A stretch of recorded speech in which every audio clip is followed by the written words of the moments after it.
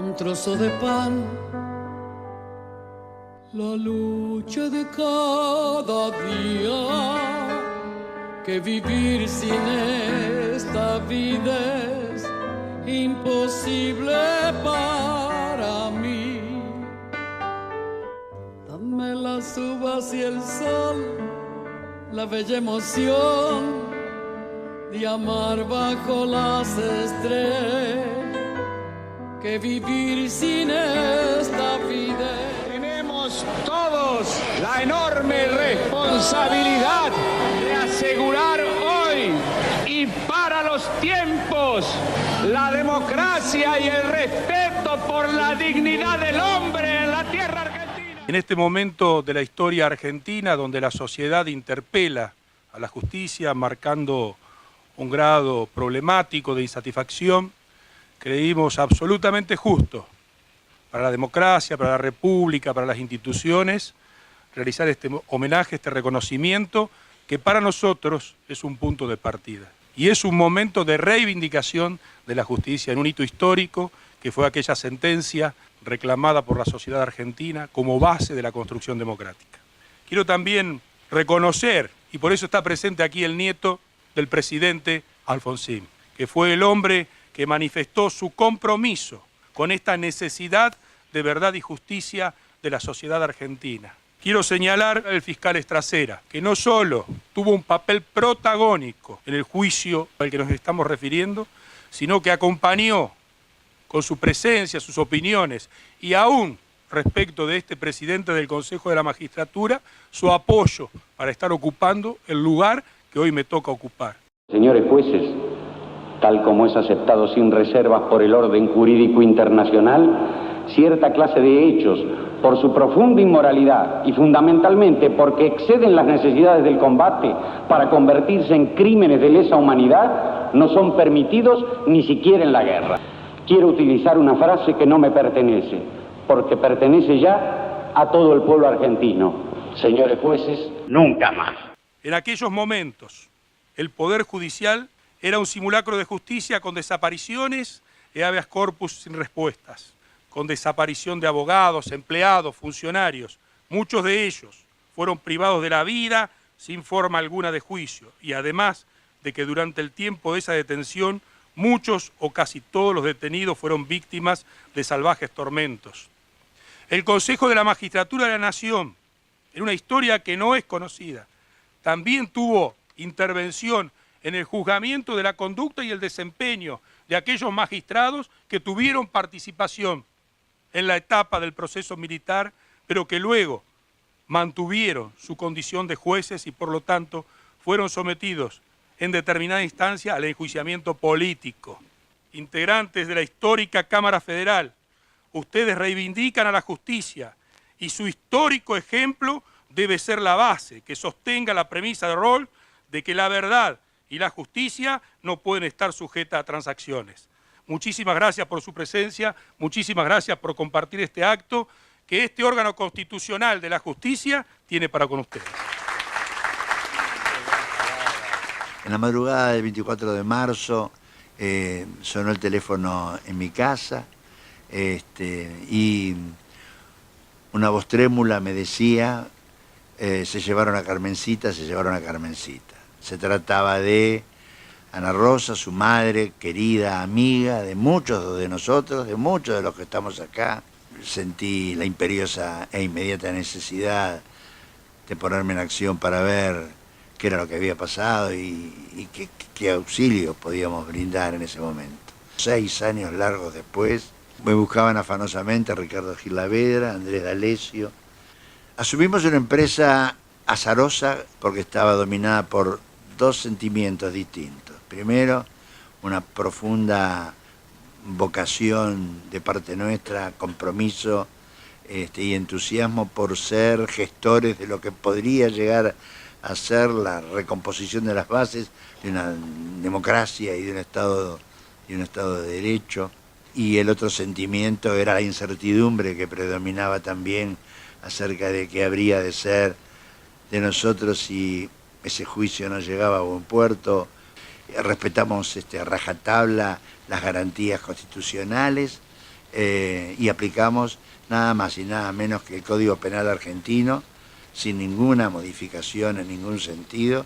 De todo el esfuerzo que nosotros hicimos perdura, y sobre esa base se sigue construyendo, es que damos a este reconocimiento un valor fundamental y lo agradecemos profundamente.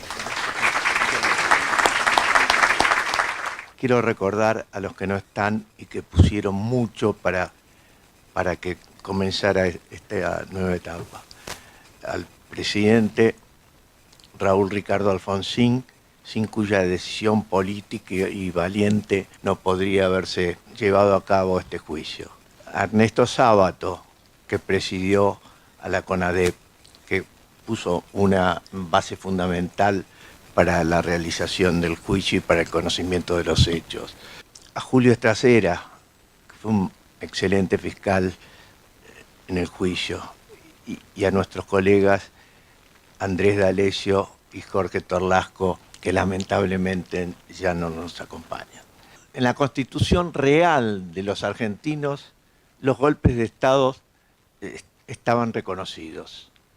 El juicio le puso un punto final a esta posibilidad, y a partir de allí se recuperó la democracia y no ha habido más golpes de Estado.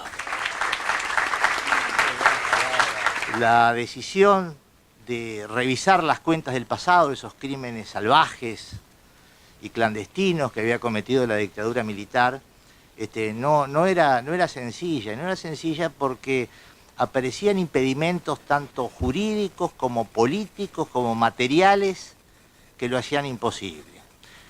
Jurídicos, cosas que hoy parecen ridículas, pero en aquel momento la cuestión esta del juzgamiento militar, del fuero militar, que estaba tradicionalmente aceptado, era una barrera que parecía insalvable.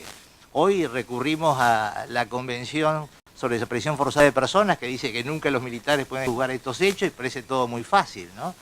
Los inconvenientes políticos era que la represión había sido en secreto, es decir, que mucha gente creía de que todo esto era un invento, y que a los militares había que rendirles homenaje por haber sacado la subversión terrorista. Y por otro lado, materiales. ¿Cómo se juzga a un procedimiento que determinó miles de hechos en un tiempo útil?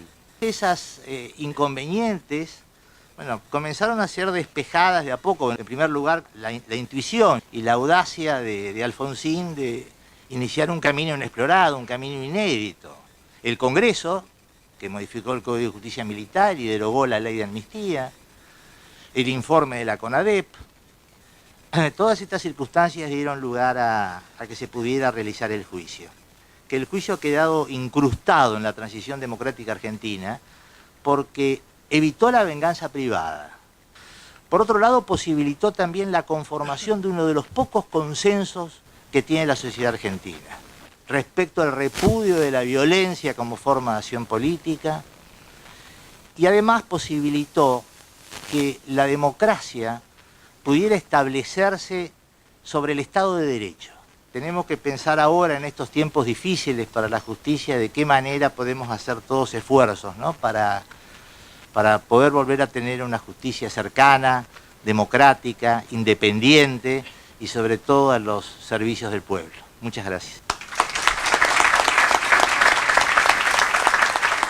Gran parte del éxito y de la trascendencia que ha tenido el juicio se debe en importantísima medida a los testigos. Con toda valentía se presentaron primero ante la CONADEP, después ante la Fiscalía de Julio Estracera, y aceptaron ser testigos de lo que habían sufrido. Se pudo reconstruir todo lo que había ocurrido durante la más sangrienta dictadura militar que sufrimos los argentinos.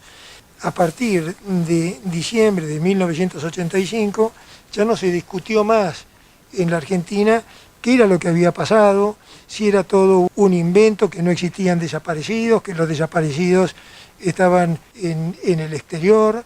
Esa sentencia fue la base del resto de los juicios por delitos de lesa humanidad en la Argentina que fueron ocurriendo y que están ocurriendo hasta el día de hoy.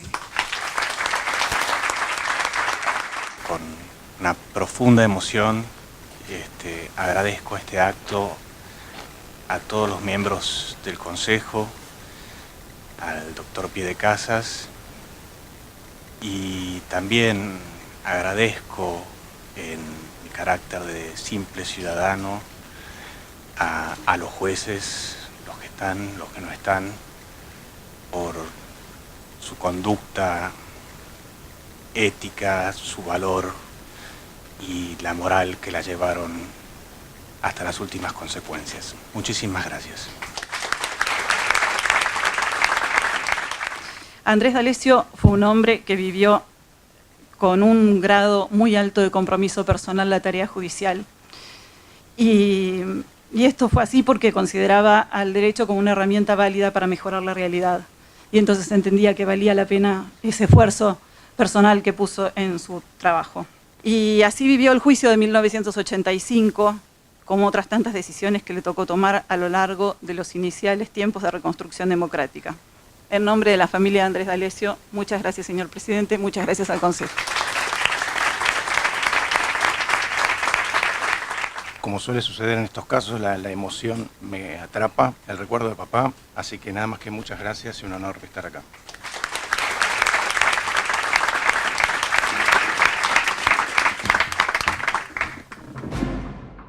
Y no se ha encontrado ni una sola regla que justifique o, aunque más no sea, disculpe a los autores de hechos como los que se ventilaron en este juicio. Y se les ha encontrado penalmente responsables por los hechos que subordinados suyos, cumpliendo tales órdenes, llevaron a cabo con relevancia delictual.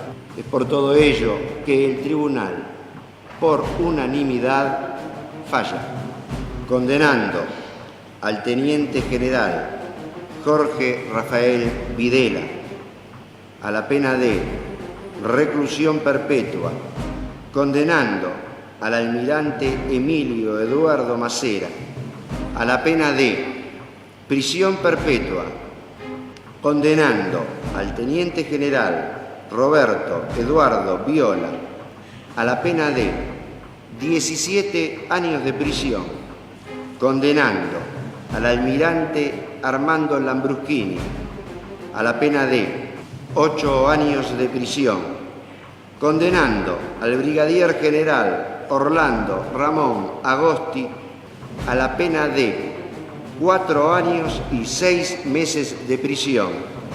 Firmado León Carlos Arlanián, Andrés D'Alessio, Jorge Edwin Torlasco, Jorge Alejandro Valerga Araos, Guillermo Ledesma, Ricardo Rodolfo Gil Lavero.